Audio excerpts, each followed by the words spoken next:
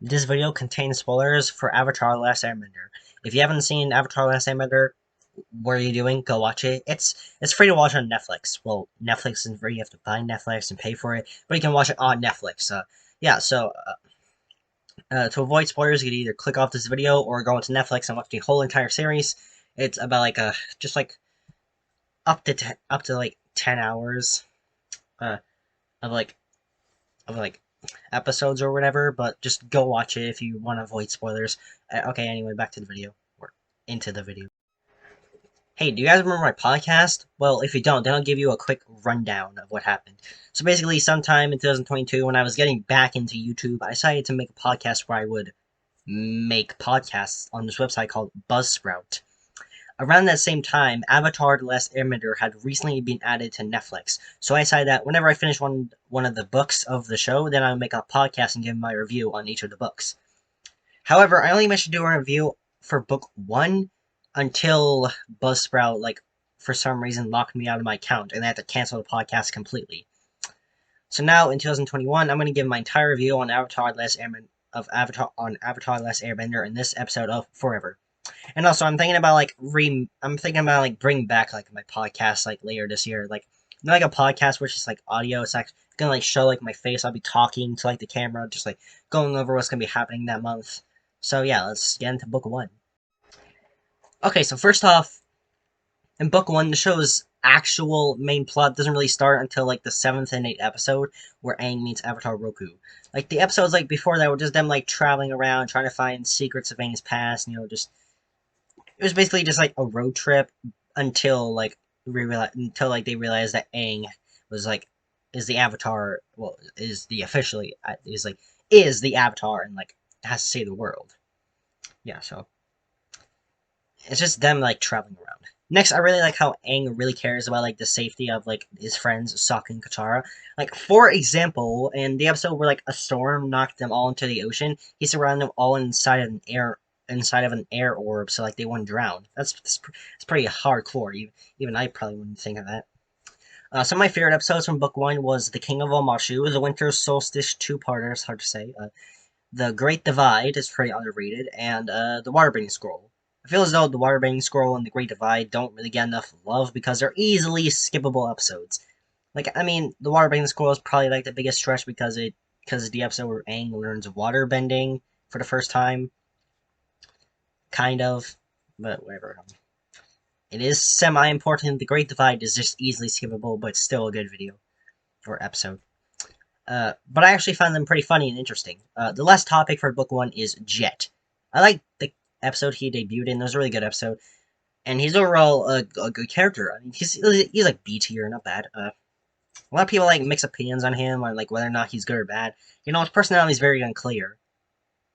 Did you get that reference? Only Avatar fans will get that reference, like me. Zuko's a cool character too, but I'll get to him later in the video. Book 1 gets an 8 out of 10, which is a great. It's like, when I first watched it, I kind of like had like pretty like good expectations for it because I heard Avatar Last Airbender was a good show, and I was blown away by how good Book 1 was. Now on to Book 2, Earth. Okay, Book 2 starts off with a bang. Oh my god, why did I do that? With Aang trying to like unleash his Avatar state on command, because he can only do it when he's in like an mental state of anger. Whenever he's like super like angry, he'll go like complete like Avatar Super Saiyan, like destroy everything in his path. But now he's just trying to do it on command. Like like when he prepares for like the final fight at the end of the series, he's just trying to like activate it like on command, so like he doesn't have to like get like completely angry for it to activate.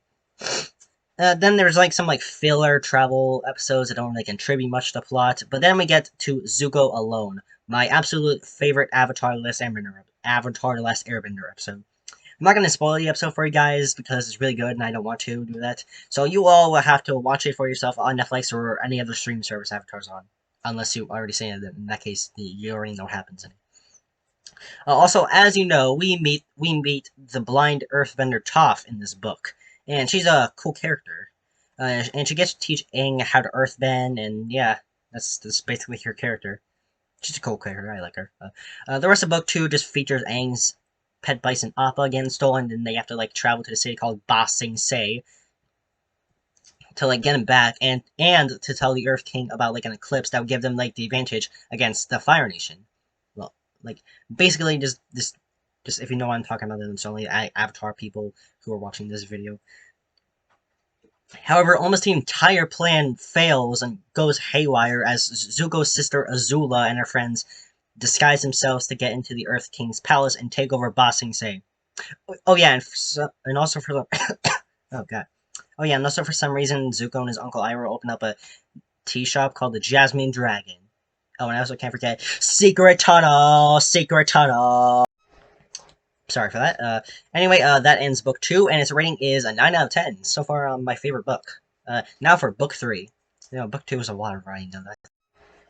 Okay, book 3 starts out with the group disguising themselves as Fire Nation citizens to try and hide themselves from being caught by the Fire Nation. Also in this book, the eclipse finally comes, but they don't stop the Fire Nation. They kind of failed. Sort of. However, the episode after this, Zuko officially joins the group and has some like ridiculous moments like, "Hello, Zuko here," and "That's rough, buddy." Like, how could you not laugh at that? That's like comedy gold. You know, Avatar is possibly like the master of like creating like comedy. Like George Carlin, never heard of him.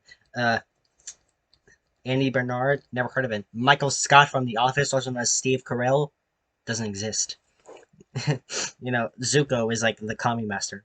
Oh, and Sokka, but we don't care about that. Oh my god. And then we get some episodes of Zuko like traveling some places with like Aang to so basically like first he went with Aang to like teach Aang how to firebend in like this one like place or something. Then he went with Sokka to like go to like this facility thing and get like Sokka's girlfriend out of jail. That's kind of weird. And then he went with Katara to like go like murder someone who like killed Katara's mom. But then she like backs out of it because she's like, you know what? I mean, we came all this way to kill this one person, but I mean, he has a family, sort of. So I'm not gonna kill him. So basically, he was kind of just a waste of an episode. But I still like the episode though, but not Toph. I mean, Toph got her time to shine in book 2, so it's not really much of a big deal. And she did get to hang out with Zuko in like the final episode. And then there was like the episode of the Ember Island players, which was just filler and wasn't really supposed to be there. And then we get to the 4-part finale, which is an amazing 4-parter, by the way. I don't think anything else that is a 4-parter can hold a candle to it. It's really good. Book 3 gets an 8 out of 10. So, yeah. So to review, like, all the books, from best to worst, it will go book 2, Earth, then book 1, Water, and then book 3, Fire. Book 3 wasn't a bad one, but it was a really good one. Just all of these are just very good. Just they each like rank above each other. Really, they'd all just be like in the same like category level, but like book 2 is the best in my opinion. All right, so let's do my full review on it. Okay, now that I've reviewed every book, now I want to talk about the characters. All like the main characters are all like relatively fleshed out and can fit into anyone's top 10. Like Aang is a nice protagonist, Katara is a nice female protagonist, Sokka is a cool comic relief character, Toph is a character who packs a punch through her blind disability, and Zuko is a serious but hilarious character. Also the fact that he's voiced by Dante Bosco. Even Uncle Iroh is a cool character because of his insane wisdom. If you haven't seen Avatar Last Airbender, what is wrong with you, then? Why'd you click on this video in the first place? But seriously, if you haven't yet, I recommend checking out on Netflix. Trust me, you'll have an absolute blast. Alright, so thank you guys for watching. Be sure to like and subscribe, share this with your friends, turn on notifications, and check out my post on the straw poll. The link in the description. And I'll see you guys next time. Goodbye.